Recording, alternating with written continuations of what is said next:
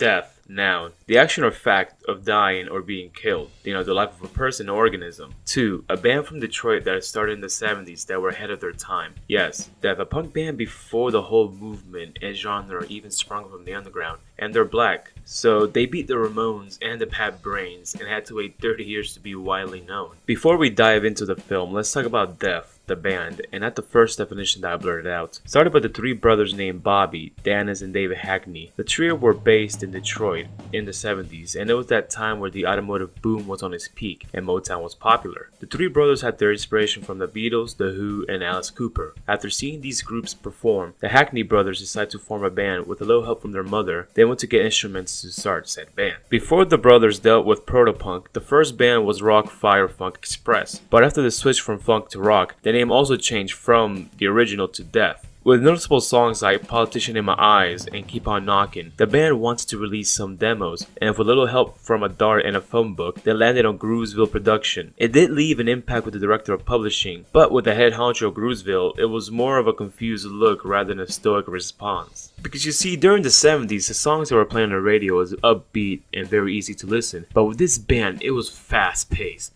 raw emotion, loud, rebellious, in your face, no fucks given, over the top lyrics, and gotta calm down here. And where they came from and who they were. Basically, these brothers were playing white boy music and it was frowned upon in their neighborhoods. And every encounter they had when promoting the band was a negative comment. Even their name was a problem. Death. Deata.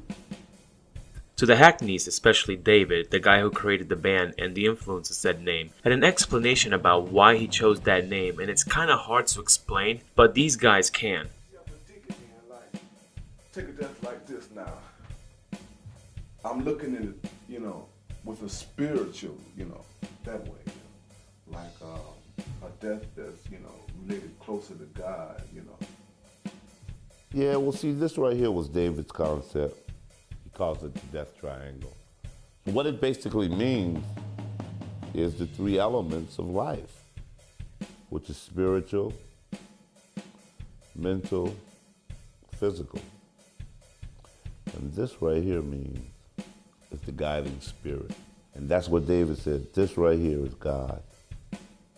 But to the rest of the public, it was mostly confusion to the point that the cops had to be involved because they were basically classified as gang affiliation. After the band couldn't sign a contract with Groovesville, the trio tried to self-promote by printing their songs into vinyls and sending them to different radio stations and other publishers. After rejection upon rejections, the brothers decided to put the master copies in an attic and tried to create a new band called the Fourth Movement, which was well received but still got negative feedbacks. While David Hackney went back to Detroit and the other two stayed in New England. The other brothers created a reggae band called Lamb Spread, and they had minor success. David did compose songs, but under a nickname Rough Francis. Before the death of David Hackney in 2000 due to lung cancer, he handed the master copies to his brothers and telling them, one day the world's gonna know about Death. At first, Bobby and Dennis thought David was just joking, but after learning David's lung cancer, which led his death in 2000, the brothers kept the copies safe in the attic. 8 years later, those copies were in full circulation when some collector found a copy of their demo online, which led to articles about this unknown band, which also led Bobby's son asking for the massive copies, all wrapped up into a deal from Drag City. This chain reaction led the band resurface from the long slumber, and that's basically the story of Death. Now that you know about the band, let's dive into the movie based on the band. A Band Called Death is about the Hackney brothers creating a music group but no success, and 35 years later their music surfaced and being well noticed. The documentary follows the band members in their daily lives and tells the story from the beginnings to the rebirth. The style of the movie is a standard sitting down and talking to the camera, seeing personal footages from the band, following the gang to their day-to-day life, to seeing both Death and Rough Francis performing. And by the way, Rough Francis is Bobby's son's band in honor of his late uncle. One of the perks about this documentary was death. And yes, sounding like a broken record, the word is the theme of the movie. From the passing away of David, the city of Detroit, to the death of Mama Hackney. Death was looming in the movie, but it didn't bring the quality of the flick down. Hell, this documentary was lively, especially in the beginning where you hear David's prank calls to the visuals that the movie put in. The other perk about A Band Called Death was the cameos from Henry Rolling, the frontman of SOA, Black Flag, Rolling's band.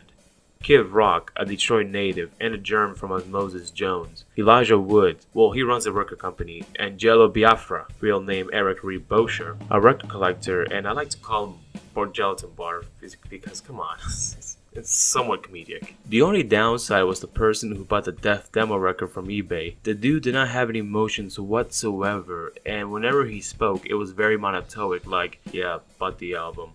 Had to tell my friends, hit some people up to hear the music. It was rad, yeah, whatever.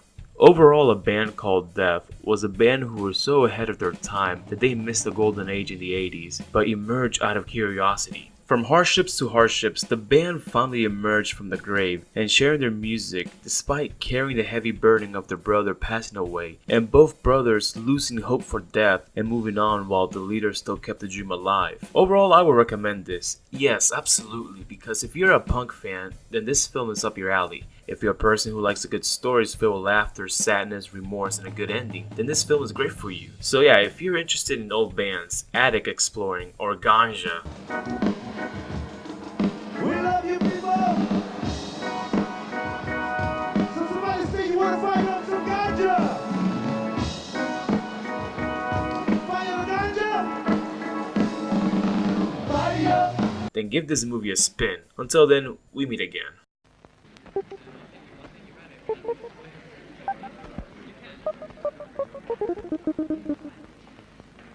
Thank you.